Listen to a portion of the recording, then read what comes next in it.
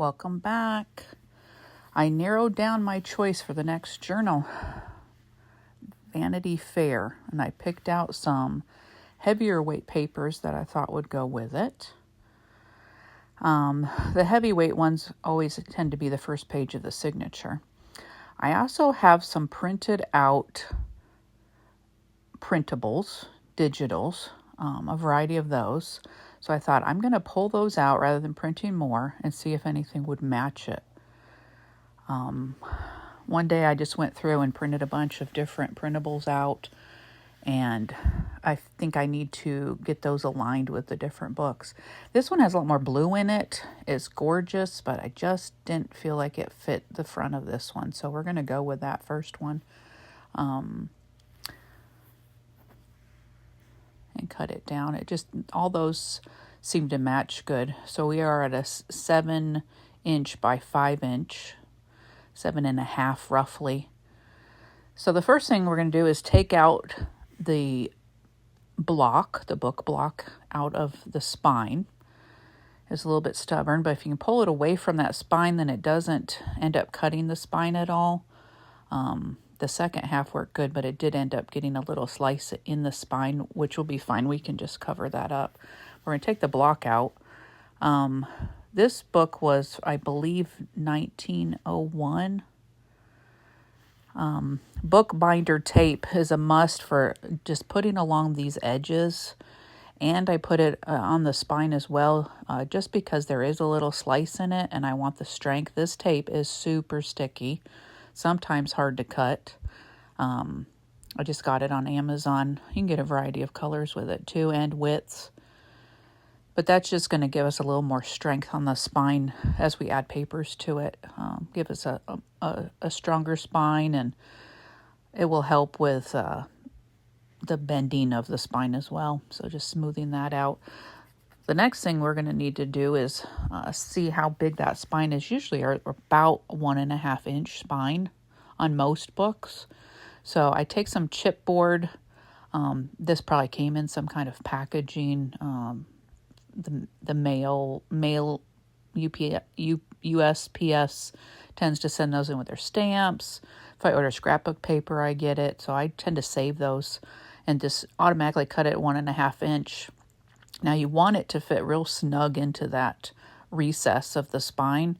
This one's a little bit big, so I'm going to go ahead and cut the end off where it needs to match up to the about 7.5 inch mark. I'm going to slice just a little bit off the edge, try to get it to fit a little bit better. If it's too big, it's going to make the corners of that spine to break, and it just long term is not going to be as stable. So this must be more like 1.25 inch spine for this. So just go ahead and get that in there. See how it sits nicely in there now, nice and snug, and it's not bending on the seams at all. So then we're going to just glue that in there.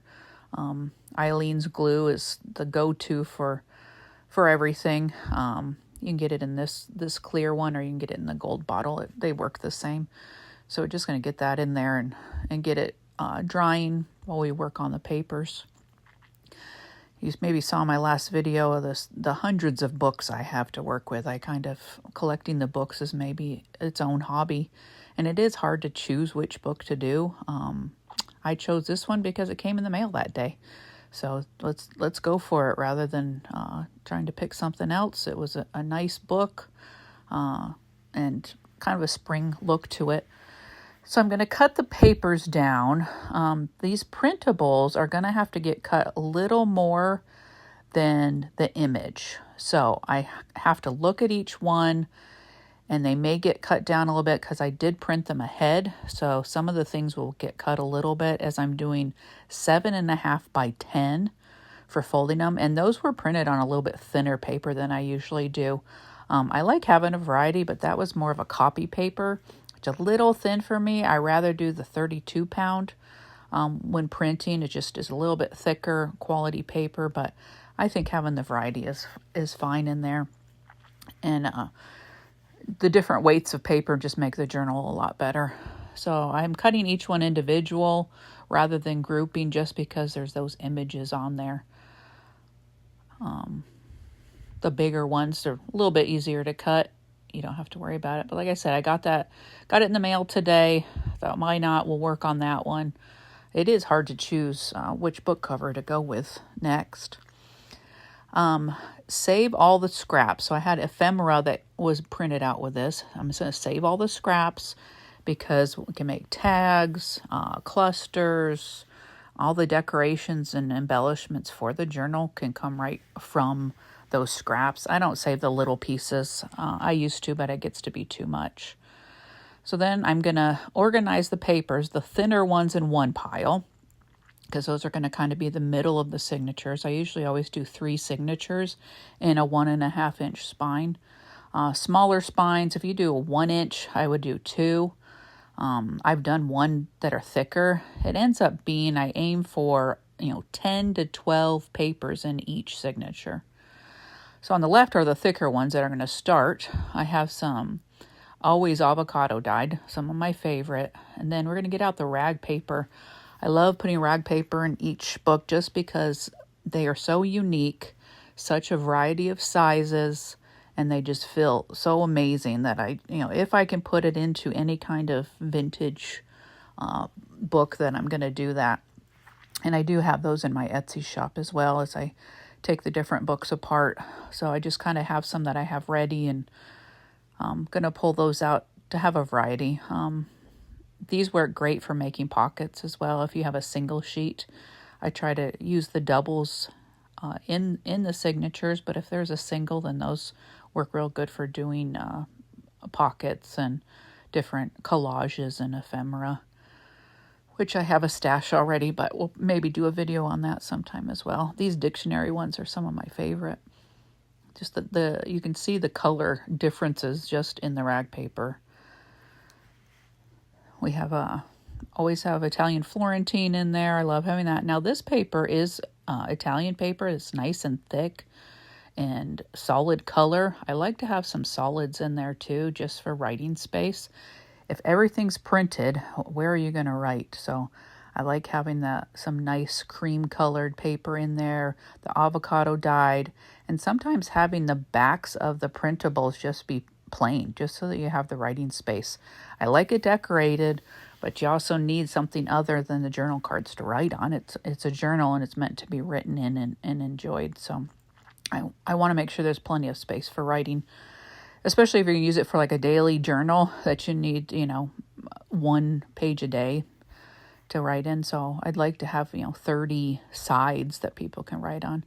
I'm going to split it up into the 3 signatures, the thick papers on the top, putting in the rag paper so each signature has that. Try to even everything out so that all 3 signatures have very similar amounts, similar styles, and the different papers in it.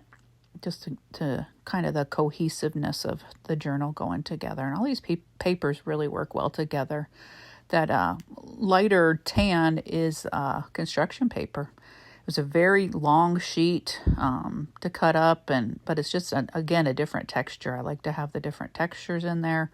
I feel like that just makes the journal that much more unique rather than just printables or just scrapbook paper or just rag paper.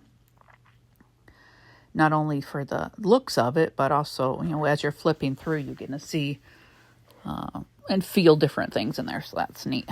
So these all get folded up. Try to alternate between printables and solid color, different sizes. Sometimes I cut different sizes. The rag papers tend to be smaller, but if you have a paper that you want to cut in half, even having a little bit smaller papers in there, different sizes works too. The larger pages, like this rag paper, is going to end up getting folded to make a pocket. So I didn't cut that down because we want to have some natural pockets in there too. I think these ended up being maybe 11 pages each. Maybe one was 12, but they're real similar. I like to have about 30 in each journal.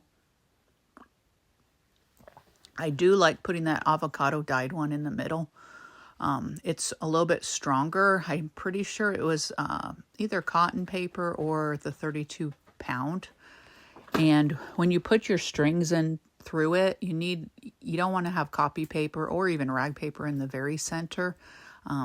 There's just a lot of pull on those strings when you bind it. And the avocado paper seems to do a little bit better strength-wise. So you either need a scrapbook paper or avocado dyed paper. Coffee paper, I think, is one of my other ones. Just have a little bit thicker in that middle section. The vintage book pages or magazine pages, it really pulls on those strings, unless you're gonna maybe put some washi tape or something in the middle to help strengthen it. So we got the third signature coming together. These papers just really went well with this. There were a lot of different papers I could do with this this cover. And the Vanity Fair, I was thinking that was a real good book and a good find. I look all over for books. I look at the thrift stores. We have a couple vintage like resale shops, eBay, library used book sales. Whenever I see a book that is like, oh, that would make a good journal, I go ahead and grab that. And really the prices on the journals, a lot of it, the base price, starts with the price I paid for the book. This one was a little bit more expensive of a book to start with, so the base price is going to have to be a little bit higher. I don't make them crazy because I want people to be able to have these and to use them. I don't think they need to be hundreds of dollars, even though the time spent on them is quite a bit. Just this section, just getting these ready, was over a half hour, and then the next video we'll put them all in. So I'm gonna put some tape on this. I'm just using Scotch tape. You can use medical tape. You can use washi tape. The desire is to make that spine or that crease to be a little bit stronger, as it was taken out of the book. And this paper is 250 years old. So just to give it a little more strength, I'm folding it to match up. Some of my journals, the pages are all over the place. You can see the different staggers of them. Some are tall, some are short, some stick out, the sides, the tops. This one I'm kind of trying to make it more where it's all going to be even with the top and the bottom. Some people like them to look eclectic and be all over the place, and sometimes you want it to be nice and orderly and be able to have it stand up on its own or be able to put it on the shelf. So I like to have a variety. So that one's all set. I'm going to clip it, set it aside for later. See how the bottom and the top are both even on that, because we cut a lot of the pages to work good together. I'm going to just go ahead and go through now and put tape on the different pages that need it. The one, it looked real good itself and didn't need anything. I just happened to have this tape on the desk, so I went with it. Sometimes I'll use washi tape if I can find one that kind of matches it. It's going to work either way. The Scotch tape is acid free too, so it's going to be good. Although some of the papers in there aren't anyways with the rag paper. So it's not meant to be one of those books that's going to last forever. As far as, may not have any wear and tear. So it's going to be used and loved and have fun with it. Now, those avocado dyed ones were some test papers my husband had at work. So they do have some print in one of the corners, but I just plan to put something over top of that, either a pocket or something. But it was 100% cotton paper, so they were real nice papers that avocado dyed really nicely. So I'm just going to cover that up. I have some other rag paper like that as well that I have to kind of cover up. So then we have our 3 signatures ready to load.